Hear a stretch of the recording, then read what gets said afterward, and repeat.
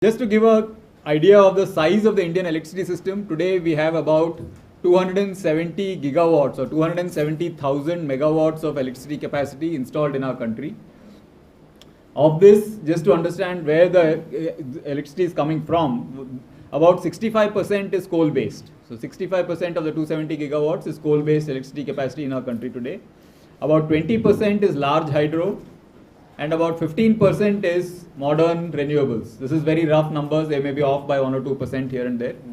Modern renewables including solar, wind and small hydro, and a little bit of biomass based generation here and there. So this is roughly the numbers in terms of the size of the Indian electricity system.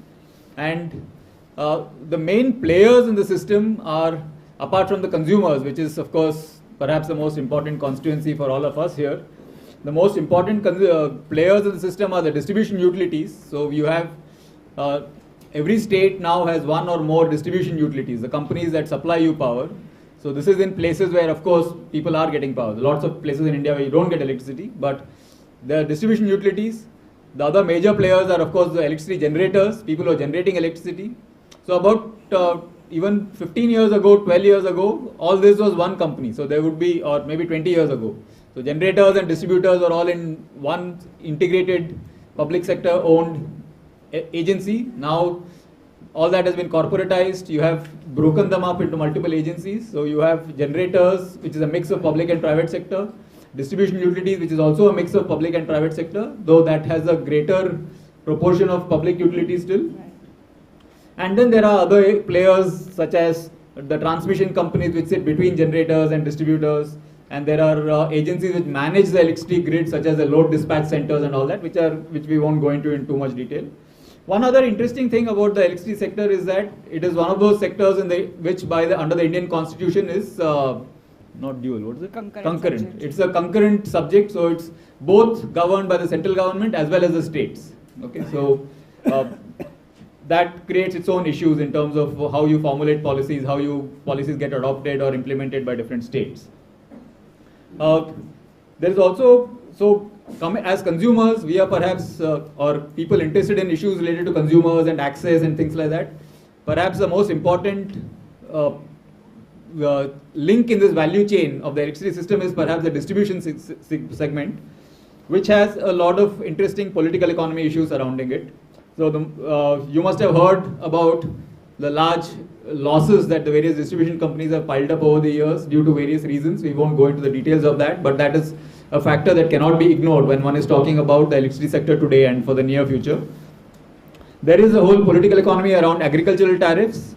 There is a feeling among some sections that agricultural consumers are either not paying enough or not paying anything at all, which has its own problems. But from the agricultural side, there are complaints about the quality of supply they receive and why they should be paying any tariffs at all. So it's a very tangled problem as far as agriculture is concerned. Electricity tariffs have been a big issue of political debate over the years, who should pay how much. We have a system of what is called as cross subsidy in our electricity tariff structure, where one category of consumers pays more so that other category of consumers can pay less. Typically in the Indian setup, the costliest paying consumers are commercial consumers, so people who have shops or offices or malls or any such things. Next would be industry, and then is household, and last is agriculture. This is roughly the hierarchy in most states. So it is typically the commercial and industrial consumers who cross-subsidize household and agricultural consumers at a very broad level. And there is an increasing participation of the private sector in this electricity sector. As I said, these are all public sector controlled agencies. They have been corporatized now. So today there's about 30% of private sector participation in the generation side. Generation is where this has happened more. And the renewable energy sector is very interesting in its nature, because while it is a vibrant and growing sector in India, it is also almost predominantly driven by private sector. The Indian renewable energy sector is driven predominantly by private sector entrepreneurs and so on. The last thing I would like to just say about the sector itself is that it is an investment heavy sector. So it involves a lot of public investment. Not only is it investment heavy, it's also a sector where investments have a long lead time in terms of their paybacks and so on. So which is why typically across the world, governments have a big role to play in investment in this infrastructure. It's like any other infrastructure because governments are supposed to invest in infrastructure. So that's been the case in India also. And we've had schemes such as the Rajiv Gandhi Gramin Vidyutikaran Yojana, now renamed as Deen Dayal Upadhyaya Gramin Vidyutikaran Yojana, which have actually spent lots of rupees. I think, what, 60,000 crores or more? Yeah. More than 60,000. About 60,000 crores or 70,000 crore rupees have got spent. Crores. And 200,000. yeah, with a plan of 200,000 crores of expenditure. So as a result of this, one other fact that we should remember is that the grid in some form has reached about 90 to 95% of India. It is not a functional grid. It is not a grid that necessarily supplies you electricity or supplies it reliably.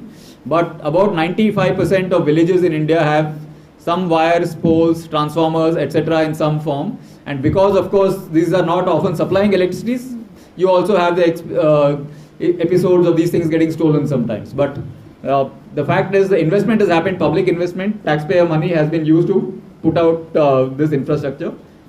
And the last point is that, and this actually essentially is one of the reasons which I think Rama in his presentation came out very well, that people don't have faith in the grid. इसीलिए कहते हैं कि आप इसको मत ले जाइए क्योंकि पता नहीं कब बिजली जाएगी तो फिर पता नहीं कब आएगी. ठीक है, because people don't have faith in the grid even though all this investment has gone into it. And the last point is, because of this large expenditure, again you might have read this recently, that the so-called banking crisis that our country is going through with the NPAs, non-performing assets, with banks lending recklessly to various projects, the power sector is a big contributor to this entire NPA crisis problem, especially power generation and also distribution. So both these aspects of the power chain are also have, because of their large investment nature, they also have this impact, or shall we say influence, on the larger economic picture of the country. There is the corruption, inefficiency and lack of foresight on the part of the Tamil Nadu government. Corruption, you know that in the case of electricity generation, they always rely on thermal power plants because when they import coal, they get a lot of commission. So they always want to retain that focus. Now they are allowing private companies to set up thermal power plants all across the Tamil Nadu coast. And the Tamil Nadu government buys power from them at an inflated price. And they get a commission out of that. TND losses, of course, is a major factor. Pilferage. The ruling party can set up huge conferences everywhere and take electricity freely, and all of that is also a problem. Inefficiency is another important factor. There are almost like 6,000 windmills in the Kudankulam area, in the southernmost tip of Tamil Nadu. And one Mr. Kasturi Rangan, the leader of the Windmill Producers Federation chairman, recently came up with a statement saying that the Tamil Nadu government doesn't buy power from them. Actually, they instruct them to shut down their units for a certain number of hours every day or week. And even when they supply electricity, their bills are not cleared. And the arrears are major problems, and they are discouraged to function efficiently, effectively, for obvious reasons, so that they can persist with the thermal power generation.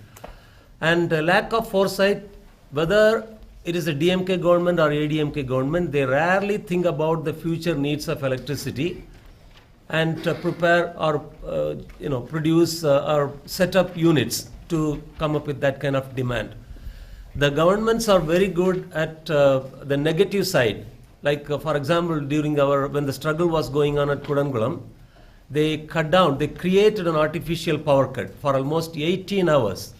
Of course, Tamil Nadu is deficient of power, but it's not that bad. So they cut power for 18 hours so that the whole of Tamil Nadu will rise up against this agitation. And they created the impression that if we withdrew the strike and Kudankulam started generation, all of Tamil Nadu's electricity problems will be over.